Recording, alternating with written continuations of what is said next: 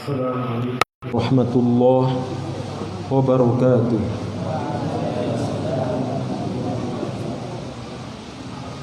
Alhamdulillah hamdan katsiran thayyiban mubarakan fih. Wa ashhadu an la ilaha illallah wahdahu la syarika lah. وأشهد أن محمدا عبده ورسوله صلى الله عليه وعلى آله وأصحابه ومن تبعهم بإحسان إلى يوم الدين أما بعد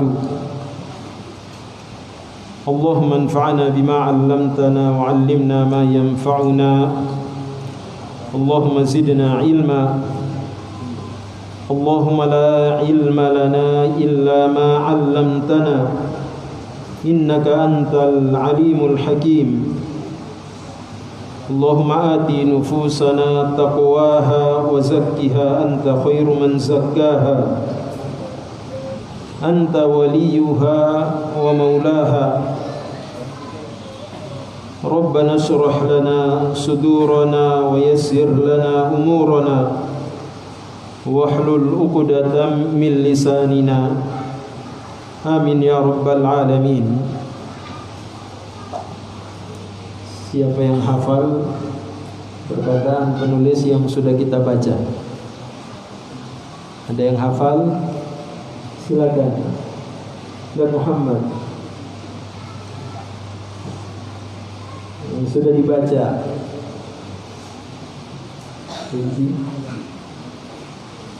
Siapa yang hafal? Baikan. Ayo. Lain.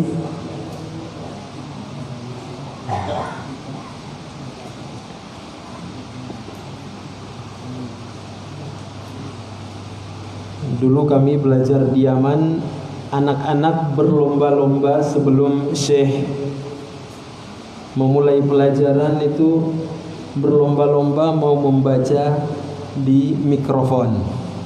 Berani, nggak takut. Senang sekali mereka. Yang diberikan waktu oleh Syekh untuk membaca di mikrofon. Kadang cuma baca surah Al-Fatihah. Mau baca? Apa yang antum mau baca? Mau baca Al-Fatihah di sini? Mau? Biasakan. Biar antum berani, tidak grogi. Dan pelajaran-pelajaran diupayakan dihafalkan. Itu tidak menghalangi antum dari menghafal Al-Quran. Yakin. Ini thariqah jalannya para ulama. Bahkan apa yang kita hafalkan ini dari lembaran-lembaran ilmu, matan-matan ilmu, itulah hakikat ilmu. Sebagaimana kata guru dari guru kami, yaitu Syekh Muqbil rahimahullahu ta'ala, kata beliau, man hafizal mutun fadzakal ulum. Siapa yang menghafal matan-matan, yaitu ringkasan-ringkasan ilmu, seperti apa yang kita pelajari ini, al-usul ats-tsalatsa, al-qawaidul arba'ah, fadzakal ulum. Kata beliau, itulah hakikat ilmu. Wa man hafizal hawashi kharaja bila syai'. Kata beliau, siapa yang menghafal catatan kaki, maka dia akan keluar tidak membawa apa-apa. Mau hafal catatan kaki kan banyak sekali. Setiap buku catatan kakinya beda-beda dan lain. Setiap terbitan pasti catatan kakinya berbeda. Tapi yang bagian atas, matannya, ringkasannya itu semua sama.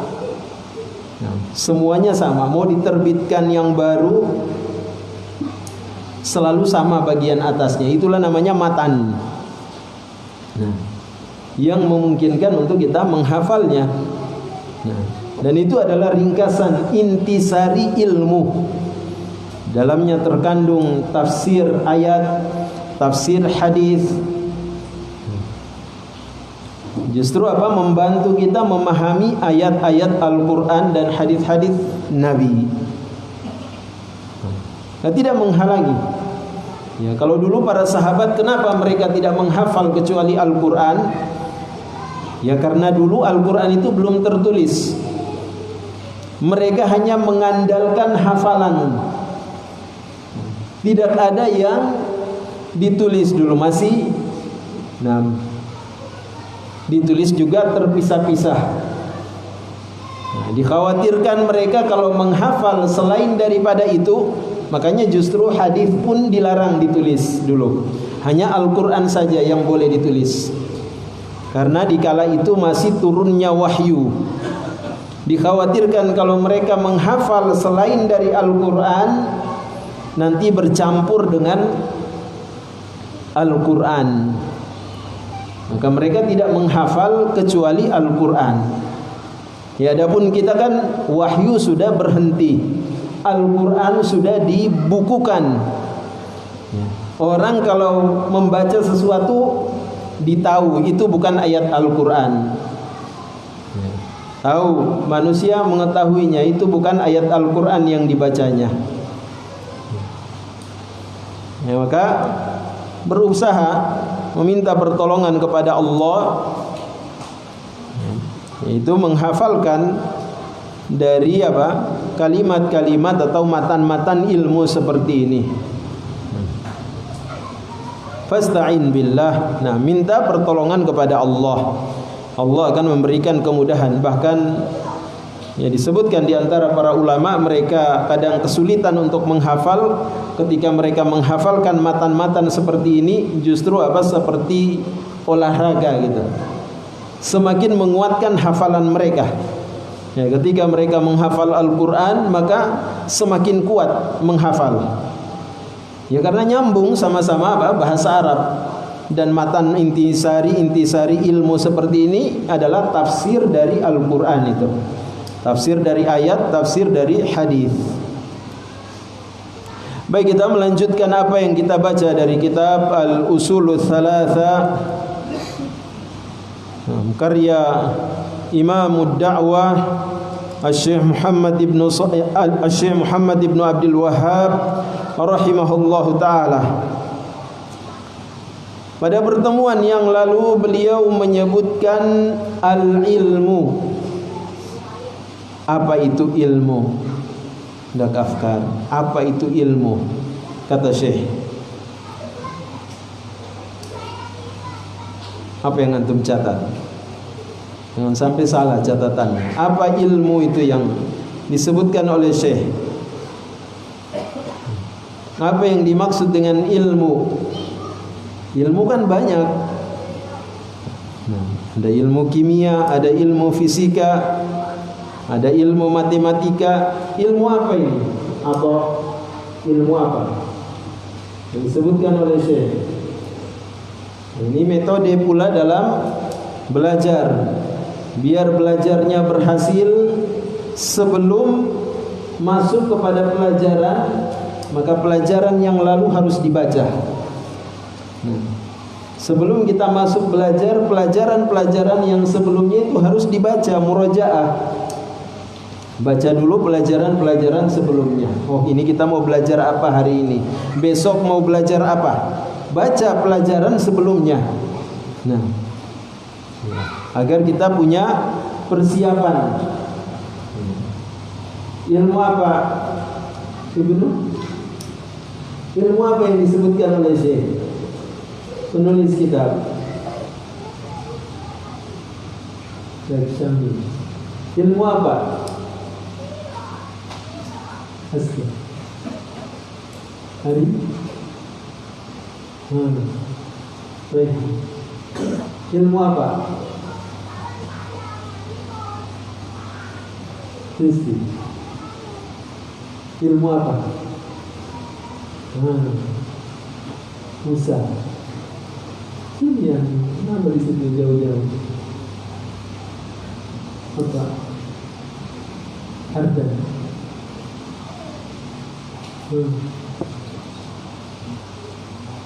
Rakib. Ilmu apa? Hamzah. Ilmu apa? Kasih keras suaranya. Ya? Nah, bukan itu yang disebutkan oleh Syekh. Gaza. Ilmu apa?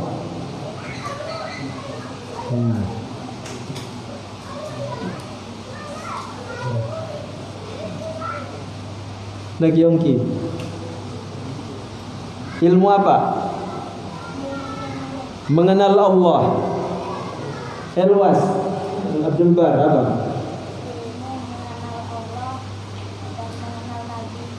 Mengenal nabinya. Mengenal apa lagi? Antum. Ayo. Isya. Zaid. Mengenal agama Islam. Zaid. Mengenal Allah. Ilmu yang disebutkan oleh Syekh adalah apa? Mengenal Allah, mengenal nabinya, mengenal agama Islam. Ma'rifatullah al-ilmu wa huwa ma'rifatullah wa ma'rifatu nabihi wa ma'rifatu dinil Islam. Ilmu yang dimaksud di sini adalah ilmu mengenal Allah, mengenal nabinya, mengenal agama Islam. Ulang Muhammad.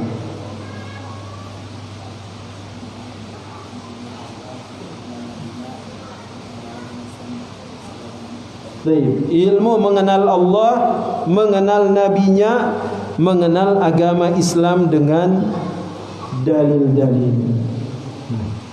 Ini ilmu yang paling agungnya. Karena semua urusan agama kembali kepada sini, kepada ilmu ini, kepada pengetahuan ini. Kenapa ilmu ini? Karena ini pokok dari agama Islam. Makanya kenapa penulis menyebutkan ilmu ini? Ilmu mengenal Allah, mengenal nabinya, mengenal agama Islam. Kalau ditanya apa itu ilmu, di dalam Al-Quran, di dalam hadis Nabi, kalau tidak ada pertanyaan, apa ilmu yang dimaksud di dalam Al-Quran, apa ilmu yang dimaksud di dalam hadis, maka tidak lain daripada ilmu ini. Karena inilah ilmunya para nabi, para rasul. Ilmunya para sahabat, para tabi'in, tabi'ut tabi'in. Para sahabat Nabi tidak dikenal dengan ahli kimia kan? Bukan dikenal dengan ahli fisika, bukan ahli matematika. Tapi kenapa mereka menjadi orang-orang besar, bisa menguasai dunia? Karena ilmu ini, pengetahuan mereka dengan ilmu tentang Allah, tentang nabinya, tentang agama Islam. Abu Bakar, Umar, Uthman, Ali, dan para sahabat semuanya, apa ilmu mereka? Ilmu ini. Inilah warisan mereka. Makanya kenapa kita belajar ilmu ini? Kita ingin nama kita harum seperti mereka, maka ikuti. Ini jalan Siratal mustaqim, jalan yang lurus, jalan kemuliaan adalah dengan ilmu ini. Apa kata Imam Malik rahimahullah?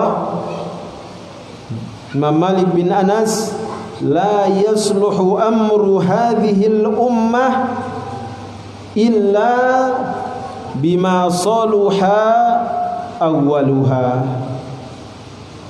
Tidak akan pernah baik urusan umat ini kecuali dengan apa yang membuat baik pendahulunya, generasi yang pertama. Apa yang membuat baik mereka? Itu yang akan membuat baik keadaan umat ini. Ini ilmu yang paling agungnya,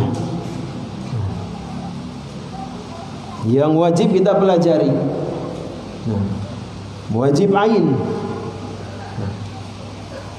Wajib setiap orang tahu tentang Allah, tahu tentang Nabi Muhammad, tahu tentang agama Islam.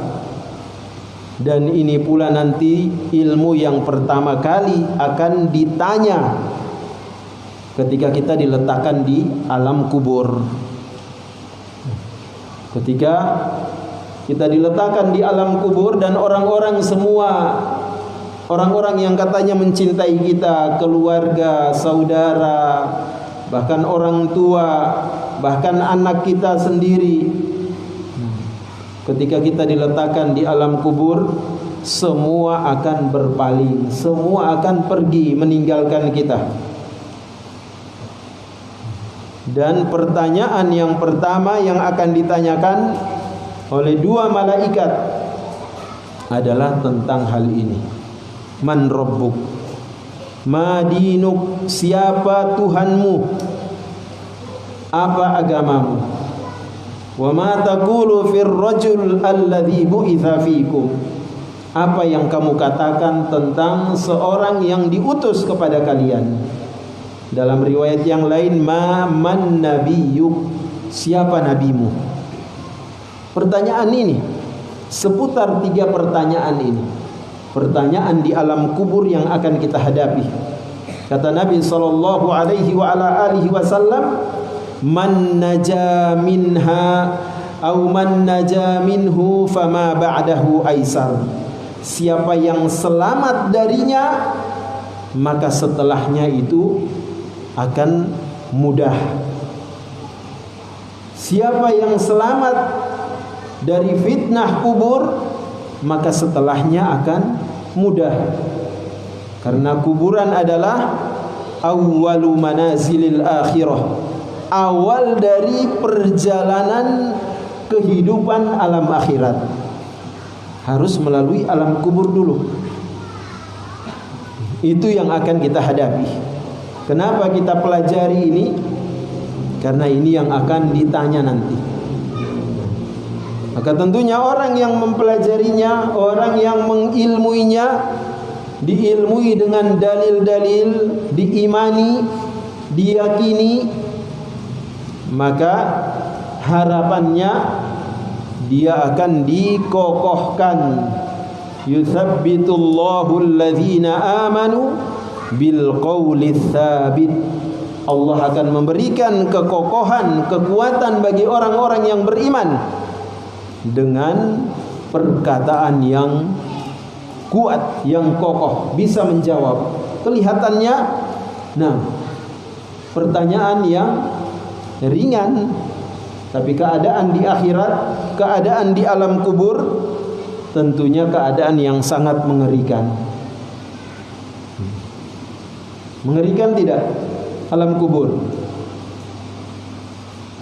Kalau kita ditinggalkan di atas kuburan sendirian, di atas kuburan, orang semua pergi, satu malam kita berani gak?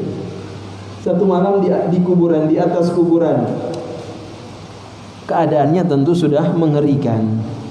Kata Uthman bin Affan radhiyallahu taala anhu, al-khalifah ats-tsalits, khalifah yang ketiga, ma ra'aitu manzaran qat illa wal qabru afza'u minha.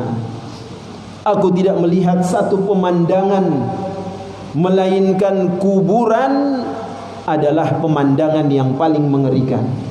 Tidak ada pemandangan yang mengerikan melainkan kuburan adalah yang paling mengerikan.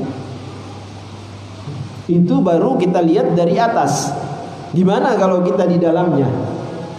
Semua orang pergi meninggalkan kita, kita di dalam alam kubur, di dalam tanah. Tentu keadaan yang mengerikan. Bagaimana agar kita diberikan kekuatan, diberikan kekokohan?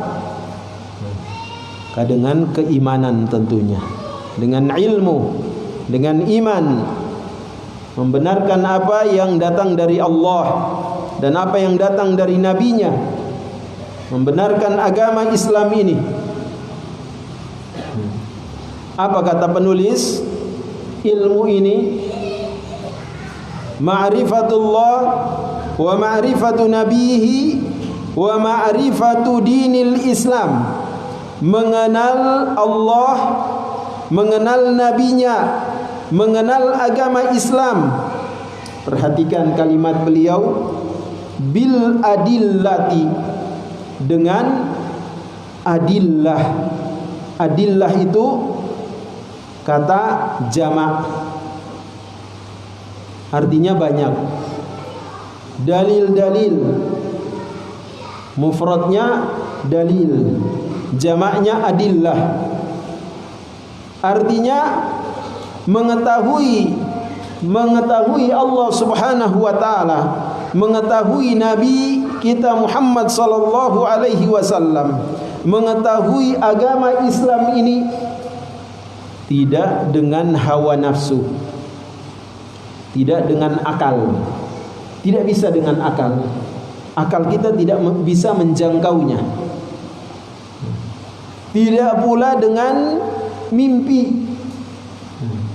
Tidak pula dengan mimpi. Tidak pula dengan perasaan. Agama itu tidak bisa diketahui dengan perasaan. Tidak pula dengan prasangka, dugaan, oh saya kira begini, saya rasa begini. Agama tidak demikian. Tidak pula dengan apa?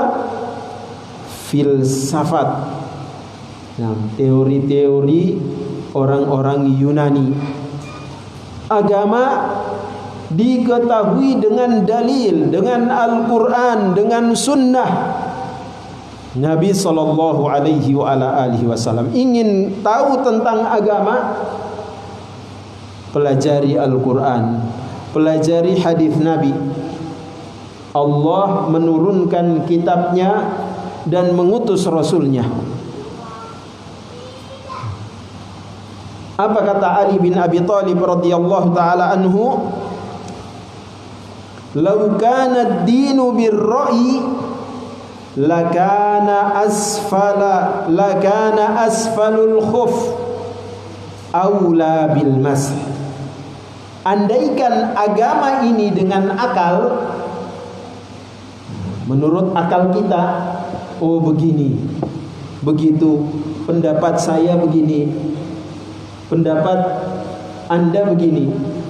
Kata Ali bin Abi Thalib, "Lau kana ad-dinu bir-ra'yi", andaikan agama ini dengan akal, lakana asfalul khuf aula bil mas. Niscaya bagian bawah khuf, tahu khuf, semacam kaos kaki, digunakan biasanya di musim dingin. Hukumnya sebab kaos kaki mengikuti hukum khuf ini. Boleh kita kalau sudah berwudu kemudian kita mengenakan kaos kaki yang bersih, menutupi mata kaki. Kalau kita tidak kemana-mana, waktunya sehari semalam. Kalau kita bepergian safar, waktunya 3 hari 3 malam. Boleh ketika kita memakainya setelah berwudu, ketika batal wudu yang mengharuskan kita harus wudu kembali. Nah, kalau mau mengharuskan mandi tentu harus buka kaos kaki. Nggak mungkin kita mandi pakai kaos kaki kan. Tapi ketika batal yang mengharuskan kita wudu, maka boleh tidak membuka kaos kaki. Nah, khuf demikian. Nah, boleh tidak membuka khuf. Jadi syaratnya menutup mata kaki. Kalau tentara ya seperti sepatu laras gitu kan, di atas ini, di atas mata kakinya. Boleh tidak dibuka. Bagaimana caranya ketika berwudu? Rasulullah sallallahu alaihi wasallam mengusap bagian atasnya. Jadi cukup diusap, tangan dibasahi ketika sampai pada mengusap kaki, sepatunya atau khufnya atau kaos kakinya tidak perlu dilepas. Karena demikian Nabi SAW melakukannya. Ketika ada sahabat ingin melepas khufnya, kata Rasulullah, biarkan, jangan. Saya pakai tadi sudah berwudu. Boleh tidak dilepas. Kemudian Rasulullah mengusap bagian atasnya, bagian punggung kaki. Apa kata Ali bin Abi Thalib? Laqad ra'aitu Rasulullah sallallahu alaihi wasallam yamsahu dhahira khuffai. Sungguh aku telah melihat Rasulullah mengusap bagian apa? Punggung khufnya, di bagian atas yang diusap. Makanya apa kata Ali? Kalau dengan akal agama ini, kalau berdasarkan akal, niscaya bagian bawahnya yang dipakai berinjak mananya? Atasnya atau bawahnya? Bawahnya. Kalau dengan akal mestinya yang diusap bagian bawah, karena itu yang dipakai berinjak.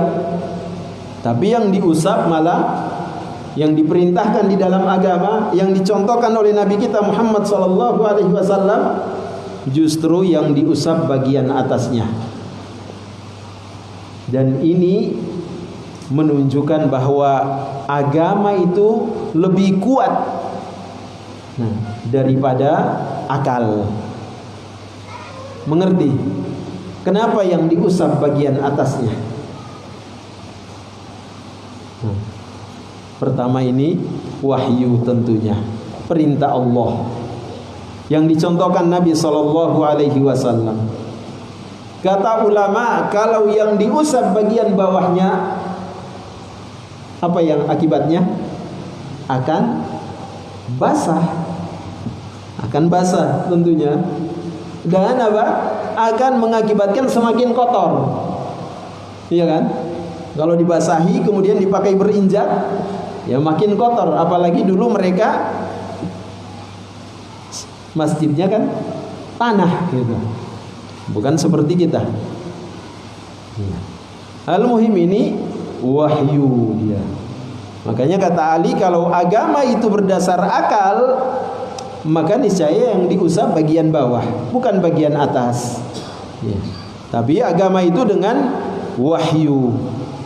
Maka kalau kita ingin istiqamah, beragama dengan benar, mengenal Allah dengan benar, mengenal nabinya Muhammad sallallahu alaihi wa ala alihi wasallam dengan benar, mengenal agama Islam dengan benar, maka dengan dalil. Tidak bisa tidak. Pelajari Al-Quran, pelajari hadis Nabi sallallahu alaihi wa ala alihi wasallam. Walhamdulillah ini tetap terjaga.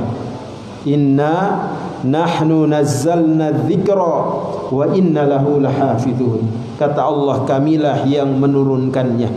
Az-dzikra, Al-Quran, Al-Hadis, itu semua wahyu dari Allah. Apa kata Nabi sallallahu alaihi wa ala alihi wasallam? Ala inni utitul Qur'ana wa mithlahu ma'ah. Ketahuilah, aku diberikan Al-Quran dan yang semisalnya dengannya. Ayat Al-Quran, hadis Nabi, itu juga adalah wahyu Allah.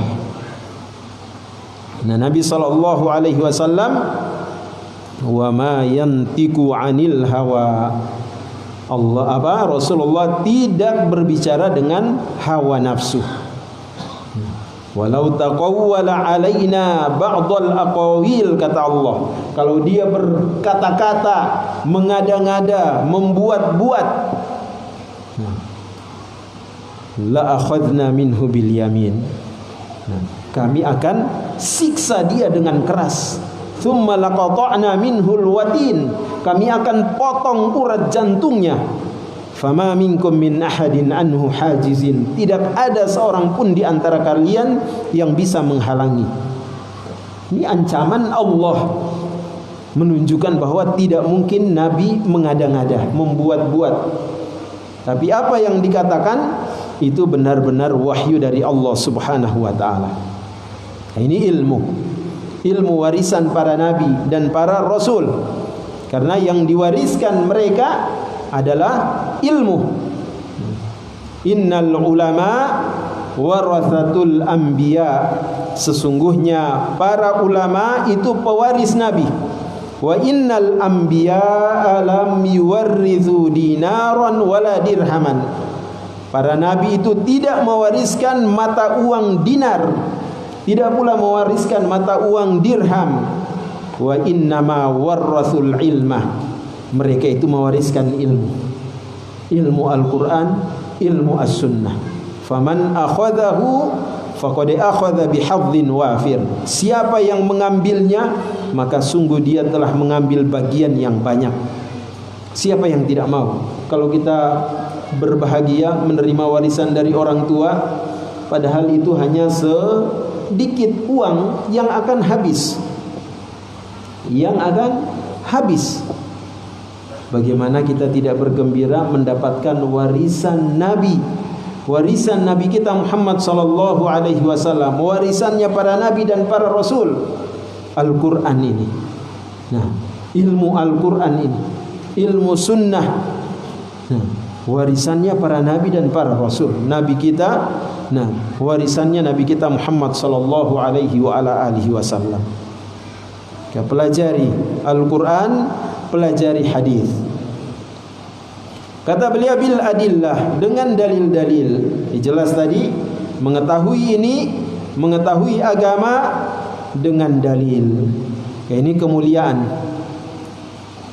Makanya Rasulullah sallallahu alaihi wa alihi wasallam memotivasi umatnya dalam banyak hadis.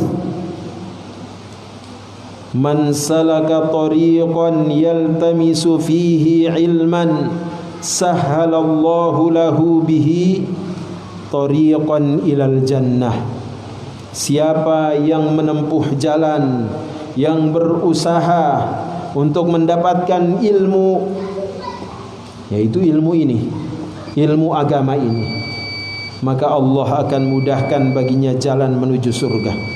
Ini jalan menuju surga Allah subhanahu wa ta'ala. Man yuridillahu bihi khairan yufaqihu fid din.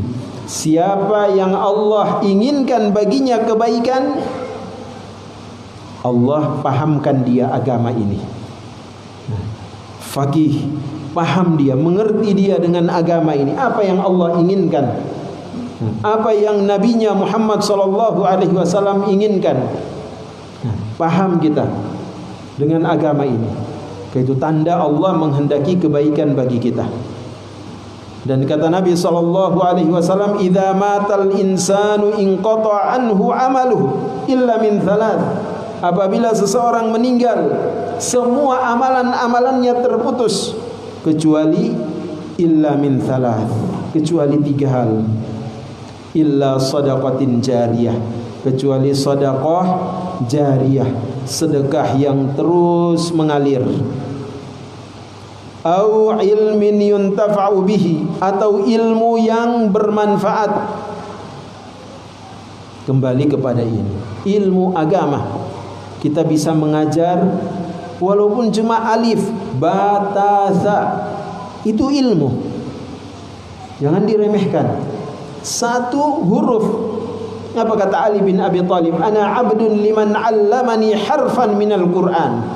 Saya budak bagi seorang yang mengajarkan saya 1 huruf dari Al-Quran. 1 huruf saja. Bagaimana kalau berhuruf-huruf yang kita pelajari? Ini kebaikan, ibadah yang agung, yang tidak diragukan. Semua ulama sepakat ini adalah ibadah yang agung. Apa kata Imam Az-Zuhri? Tidak ada ibadah yang paling agung dengannya kita beribadah dibandingkan kita belajar ini, pelajari agama Allah. Makanya kenapa para ulama dulu melakukan perjalanan kadang 1 bulan. Dalam perjalanan itu 1 bulan baru sampai untuk mempelajari 1 hadis, kadang hanya 1 hadis. Hanya 1 hadis. Mereka melakukan perjalanan untuk mempelajari Al-Quran. Semua karena ini ibadah. Menghafalkannya, membacanya, mengulang-ulangnya saja sudah ibadah. Tentu apa? Pahala, jelasnya. Keutamaan yang besar, kita mengumpulkan pahala-pahala yang sangat besar, kebaikan-kebaikan yang sangat banyak. Yang kata para ulama, talabul ilmi afdalul a'mal. Menuntut ilmu, mempelajari ilmu adalah amalan yang paling utama. Liman sahhat niyatuh, bagi siapa yang benar niatnya, yang luruskan niat. Kita tidak menginginkan kecuali pahala di sisi Allah Subhanahu wa ta'ala, janji Allah, surganya Allah. Apa yang Allah janjikan dari kebajikan-kebajikan, dari pahala-pahala, dari surga yang belum pernah dilihat oleh mata, belum pernah didengar oleh telinga, belum pernah terbetik dalam hati. Yaitu yang kita inginkan, bukan kepentingan dunia. Bukan ingin dipuji, bukan ingin dikatakan seorang qari, penghafal Al-Quran, hafiz, bukan ingin dikatakan seorang alim, tapi kita menginginkan pahala di sisi Allah Subhanahu wa ta'ala. Man kanatil akhirah, kata Nabi SAW, siapa yang akhirat niyatahu, siapa yang akhirat niatnya, jama'allahu amrah, Allah kumpulkan urusannya. Wa ja'ala ghinahu fi qalbi, Allah jadikan kekayaan dalam hatinya. Wa atathu dunya wa hiya rahimah, urusan-urusan dunia akan datang dalam keadaan hina di depannya. Wa man kanatid dunya niyatahu, akan tetapi siapa yang menjadikan dunia ini niatnya, tujuannya ingin menginginkan kehidupan dunia saja, tidak ada urusannya dengan akhirat, maka apa kata Nabi? Farraqallahu amrah, Allah akan cerai-beraikan urusannya. Wa ja'ala faqrahu baina ainai, selalu dibayang-bayangi kefakiran, kesusahan, mau kerja apa nanti, mau makan apa, mau dapat uang berapa nanti. Takut dia, tidak yakin dengan jaminan Allah. Apa kata Nabi SAW? Farraqallahu amrah. Allah cerai-beraikan urusannya. Wa ja'ala ghinahu baina ainaihi. Kemiskinan, bayang-bayangan kemiskinan. Wa ja'ala faqrahu baina ainaihi. Bayang-bayangan kemiskinan di hadapannya. Mau jadi apa nanti? Mau kerja apa nanti kalau kita begini-begini terus, menghafal terus, mengaji terus, mau jadi apa nanti? Walam ya'tihi minad dunya illa ma kutibalah. Tidak datang, dia tidak mendapatkan bagian di dalam kehidupan dunia kecuali apa yang sudah ditetapkan. Siang malam, begitu-begitu terus. Nah, Allah sudah menetapkan semua rezeki. Apa yang kita akan dapat. Maka jangan ada kekhawatiran. Jangan khawatir. Yakin Allah tidak akan menyia-nyiakan kita. Wa ma kana Allahu liyudhi'a imanakum. Allah tidak akan menyia-nyiakan keimanan kalian. Allah pasti menolong. Inna lanansuru rusulana walladzina amanu. Kami akan benar-benar menolong rasul-rasul kami dan orang-orang yang beriman. Itu janji Allah Subhanahu wa taala. Orang tua jangan khawatir dengan anak. Mau kerja apa nanti? Nah, enggak usah khawatir. Ardullah wasi'ah. Bumi Allah ini luas. Ini bumi Allah. Dia yang menciptakan, dia yang menanggung rezeki. Kalau semut, binatang-binatang kecil semua ditanggung rezekinya, apalagi kita manusia yang paling sempurna penciptaannya. Kami yakin dengan rezeki Allah Subhanahu wa taala. Baik, ini yang kita bisa saling mengingatkan dengannya. Semoga bermanfaat. Apa yang benar itu datangnya dari Allah Subhanahu wa taala. Apabila ada kata yang salah, itu dari saya pribadi dan dari syaitan, dan saya bertaubat kepada Allah Subhanahu wa taala. Jazakumullahu khairan katsira. Subhanakallahumma bihamdika asyhadu an la ilaha illa anta astaghfirullah wa atubu ilaih. Walhamdulillahi rabbil alamin. Assalamualaikum warahmatullahi wabarakatuh.